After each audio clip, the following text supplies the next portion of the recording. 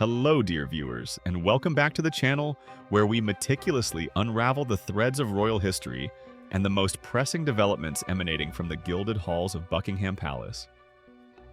Today, we delve into a saga of unrelenting consequences, a narrative that suggests that, for one senior member of the royal family, the chapter of penance remains far from closed.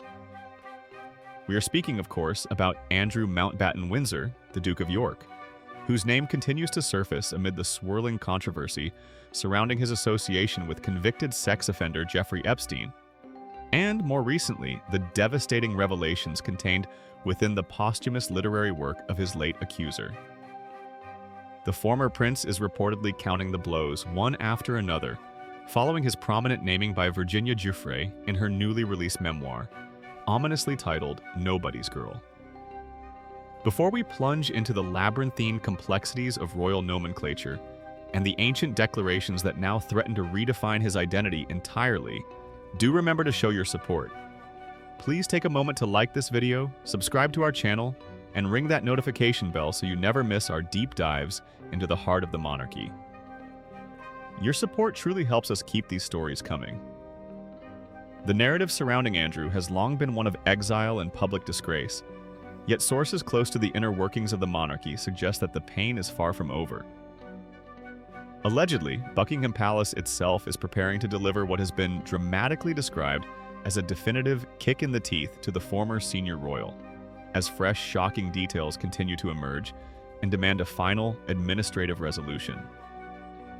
The crux of this latest seismic shift centers on the very foundation of his identity, his name.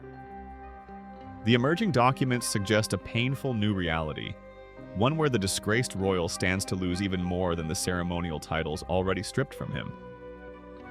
The loss of his Royal Highness style and the associated dignity of a prince, a consequence of his settlement in the civil lawsuit brought by Miss Giuffre, has prompted royal aides and the administrative arm of the palace to undertake a rigorous, painful re-examination of precisely how he should be formally referenced in all future official communications. This is not merely a symbolic gesture. It is an institutional amputation. The controversy has recently focused on a seemingly small but profoundly significant punctuation mark: the hyphen. Royal commentator and renowned historian Ian Lloyd expressed palpable surprise and, indeed, a degree of historical shock over a recent palace announcement, which conspicuously omitted the hyphen from Andrew's formal name. For those unfamiliar with the subtle yet ironclad rules governing the British royal family's identities, the surname Mountbatten Windsor is itself a hybrid, a testament to the enduring union of Queen Elizabeth II and Prince Philip, Duke of Edinburgh. The hyphen in that name signifies a specific historical lineage and, crucially, a direct, immediate connection to the core of the reigning house. I was quite surprised when the palace statement came out giving Andrew's name without a hyphen, given the historic precedent for one, Lloyd shared in a published account with The Times. This omission is viewed by observers not as a typographical error, but as a deliberate, calculated move to further distance the Duke of York from the symbolic heart of the Windsor dynasty. The administrative machinery now grinding into action appears to be driven by a thorough review of Queen Elizabeth II's seminal 1960 declaration to the Privy Council. This historical document, which precedes Andrew's birth, holds the key to determining the official surname of non-titled royal descendants, and its interpretation is now being weaponized, so to speak, against the Duke. Let us take a moment to truly appreciate the weight and timing of this declaration. Queen Elizabeth II issued this decree shortly before the birth of Prince Andrew in February 1960. At the time, the future of the royal surname was a matter of delicate political and personal negotiation.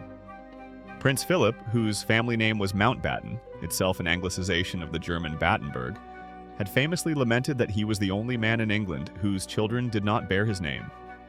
As the royal house was officially known as Windsor, established by his wife's grandfather, King George V. The 1960 declaration served as a compromise, a defining edict that simultaneously honored the House of Windsor while acknowledging the lineage of Prince Philip. However, its legal language contained a crucial caveat, a defining line that now proves deeply problematic for the disgraced Duke. The declaration stipulated, with absolute clarity, that descendants who did not enjoy the style of Royal Highness or the dignity of Prince or Princess, would henceforth bear the surname Mountbatten Windsor. The moment Andrew was stripped of his HRH style and his formal princely attributes in the wake of the Giuffre scandal, he arguably fell squarely under the jurisdiction of this 1960 ruling. His position shifted from one of high privilege, which exempted him from the rule, to one of diminished status, which mandates the rule's enforcement. King Charles III's office, in its current state of heightened vigilance regarding the crown's integrity, is said to be meticulously examining this historical document. It is a legal, binding text that established the naming conventions for those royal descendants who lack the necessary formal titles that usually grant them the singular name Windsor. The precise wording of the declaration is chillingly relevant today. My descendants other than descendants enjoying the style, title, or attribute of Royal Highness, and the titular dignity of Prince or Princess, and female descendants who marry and their descendants shall bear the name of Mountbatten Windsor. Note the exclusionary clause. Other than descendants enjoying the style, title, or attribute of Royal Highness. Andrew no longer enjoys that style, therefore he must conform to the rule set forth for others. The administrative fallout could mean that the former husband of Sarah Ferguson, the Duchess of York, may be formally required to use the full, hyphenated surname Mountbatten Windsor in all future communications. While this may sound like a minor bureaucratic adjustment to the casual observer, within the context of the royal family, names are power, and the surname Windsor signifies the current reigning house. The loss of the prince title, which occurred earlier, was a devastating blow to his status. But the potential administrative shift to the hyphenated name, or even the removal of the Windsor component entirely, leaving him simply as Andrew Mountbatten, would represent a formal and painful institutional separation. It signals that the palace is not content with merely removing his military patronages. They seek to redefine his very relationship with the crown in perpetuity. The fact that royal aides are re-examining documents issued over 6 decades ago underscores the seriousness of the situation.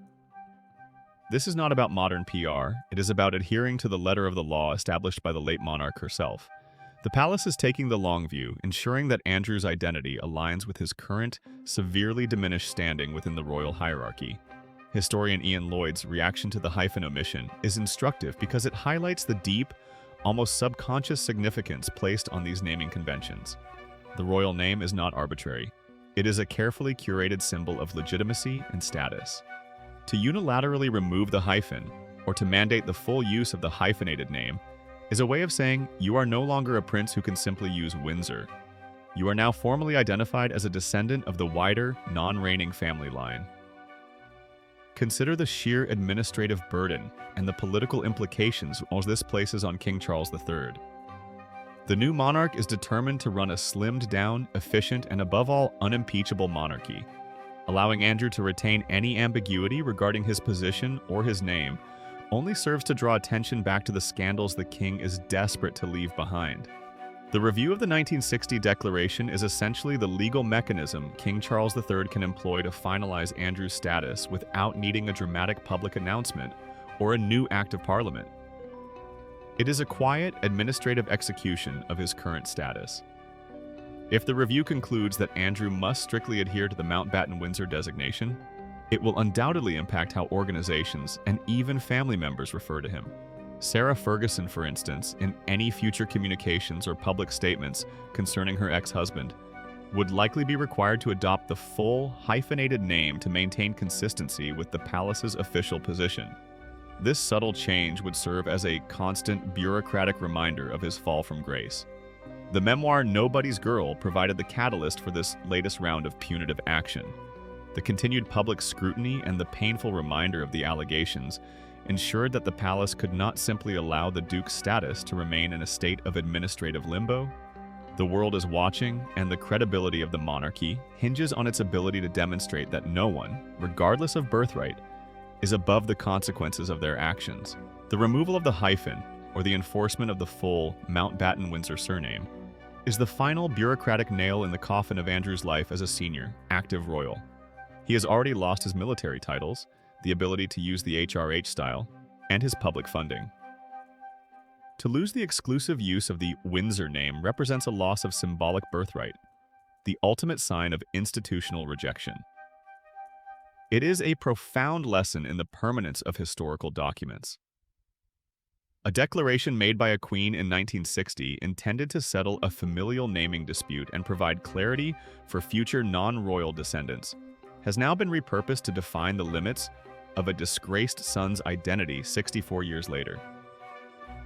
The rigidity of tradition, when applied to a modern scandal, can be devastatingly effective. We must also consider the emotional impact of such a change. To be administratively redefined, to have one's name officially altered by decree, even if it is just a hyphenated addition, is a powerful psychological tool. It confirms to the world that the privileges afforded by the royal house are conditional, and that the protection of the crown is finite. In essence, the palace, under the direction of King Charles III, is ensuring that Andrew's administrative identity perfectly mirrors his current public and institutional reality. He is a descendant of the Queen, yes, but he is no longer one of the princes who define the core of the reigning House of Windsor. He is now relegated to the wider, legally defined category of Mountbatten Windsor descendants. This story serves as a stark reminder that in the world of royalty, history is not just a subject for books. It is a living, breathing legal framework that can be invoked at any moment to enforce compliance and deliver justice, or at least administrative closure.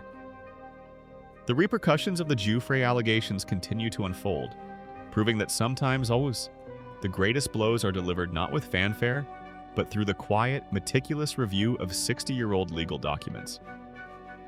This administrative effort to redefine Andrew's name is arguably the most permanent form of punishment yet. While titles can be revoked and patronages withdrawn, altering the official surname dictates how history itself will record his existence. So, the question remains, what are your thoughts on this latest development? Do you believe the palace is right to use the 1960 declaration to formally redefine Andrew's name, ensuring that his identity aligns with his dramatically reduced status?